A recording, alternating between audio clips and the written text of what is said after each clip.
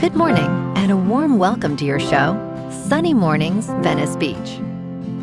I'm your host, Melissa, and it's Friday, May 8th. You'll be interested to know, 140 years ago, today, in 1886, pharmacist John Pemberton sold the first glass of Coca-Cola as a fountain drink at a local soda fountain, introducing a sweet, caramel-colored beverage that blended cola flavors with a unique syrup. That simple commercial debut launched an enduring global brand and transformed beverage retailing by popularizing the fountain soda experience, setting the stage for mass marketing and brand culture. So now you know. And now, it's time for the Surf Report.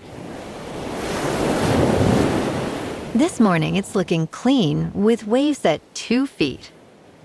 Conditions will shift to fair by 9 a.m. as the wind picks up slightly, then drop to 1 to 2 feet around 10 a.m. and stay steady through the afternoon. Winds are offshore early, switching to onshore by 11 a.m. at around 6 miles per hour. Best time to ride is at 6 a.m. with a 2-foot outgoing mid-tide when the west-southwest swell is 2 feet at 6 seconds, and the offshore wind is 3 miles per hour. The first low tide on Friday will be a 1/2 foot just after 9:30 a.m., followed by a 3.5 foot high tide at 5:45. The nearshore buoy at Santa Monica Pier reads 64 degrees for the water temperature. Saturday brings clean conditions with waves around 2 to 3 feet early, shifting to fair conditions throughout the day as winds pick up from the southwest.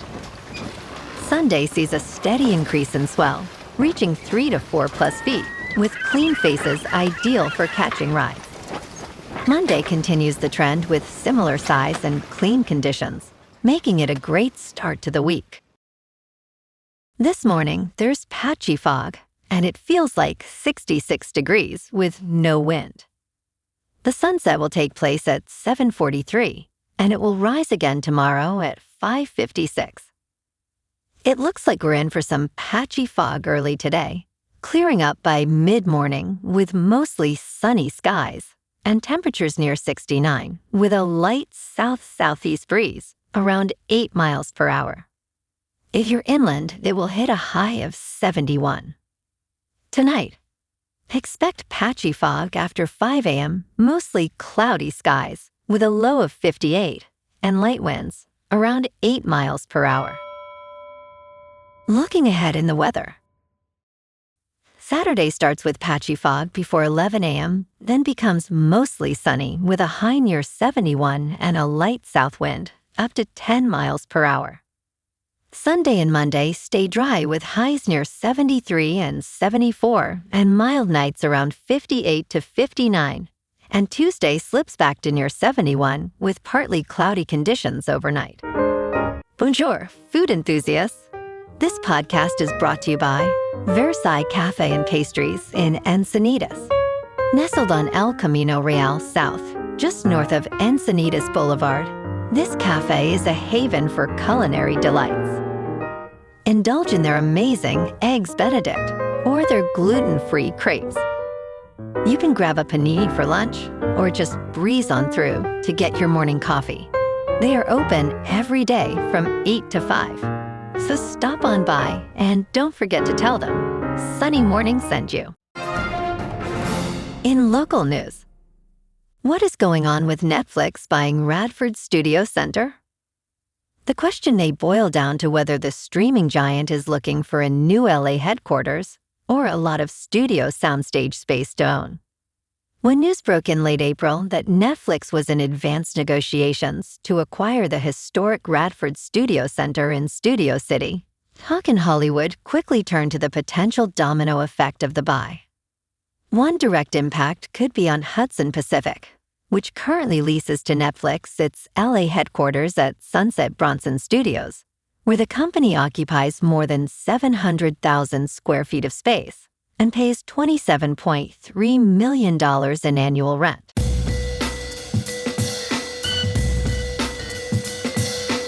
Now on to sports. NHL's salary cap will reach a record of $104 million per team in the 2026-27 season, the league and the NHL Players Association announced Thursday. This figure represents an increase of $8.5 million from the 2025-26 cap. The salary cap floor will be $76.9 million, making the midpoint $90 million.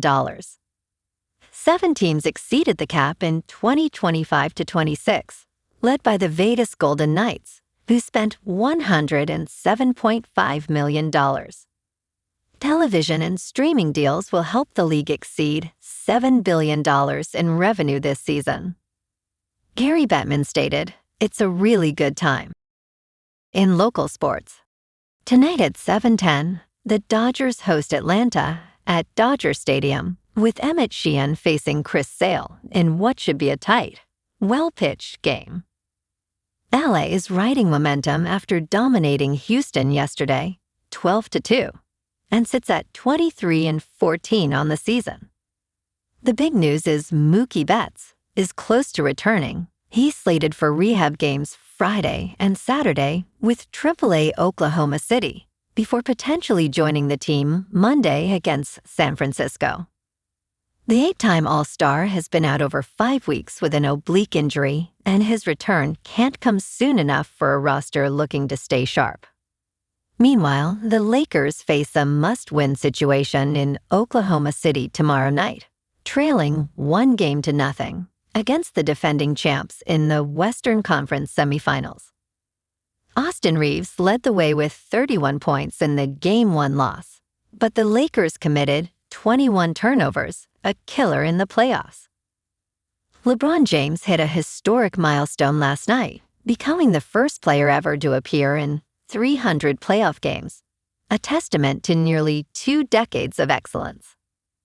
Jared Vanderbilt is out with a dislocated finger, but Luke Kennard cleared protocols after his neck injury. Luka Doncic remains week to week on his hamstring. The Thunder haven't lost since sweeping Phoenix in round 1. LA needs to find another gear fast. In top news, air travel is going to be more expensive this summer. Jet fuel costs have soared more than 100% since the start of the Iran war, and a global shortage has prompted airlines to cut thousands of flights. The United States Travel Association said airline fares rose 14.9% in March compared to the same month last year. The near standstill at the Strait of Hormuz has removed more than 13 million barrels of crude oil from the market, creating a shortage for refineries. When refinery output tightens globally, aviation fuel is often the first to feel it. In business news, analysts expect job gains to come from education and healthcare services. Friday's April employment report is expected to show a slower, but still healthy pace of new jobs after March's big gain. Economists forecast 70,000 new jobs in April, down from 178,000 in March. The unemployment rate is expected to remain at 4.3%.